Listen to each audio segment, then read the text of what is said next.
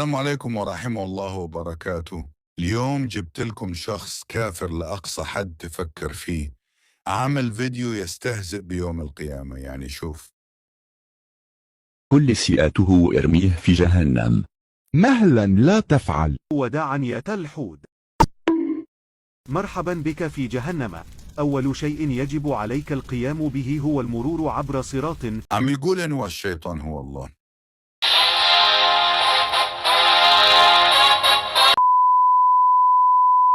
وإن استطعت العبور فلن تدخل النار، أما إذا سقطت ستخلد في جهنم. أعتقد أني سأنجح إذا ركزت ثم جريت بسرعة. على كيف أمك مو.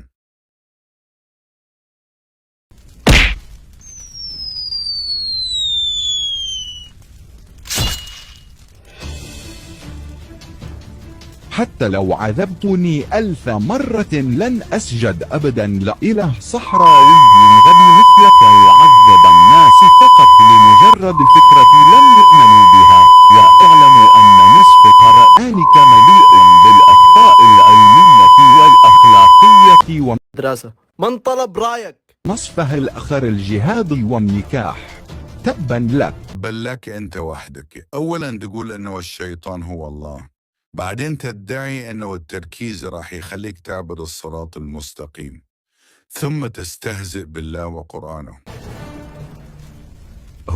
أتعرف شيء يا الحوت المكبوت؟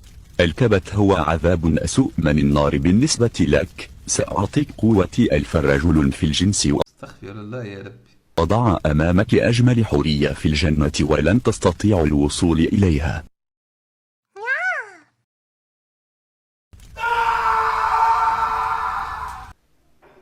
لا إله إلا الله، لا إله إلا الله، لا إله إلا الله. لو تحسبوا أنه خلصنا هون فأنت مخطئ. شوفوا هذا الفيديو. لا حول ولا قوة إلا بالله.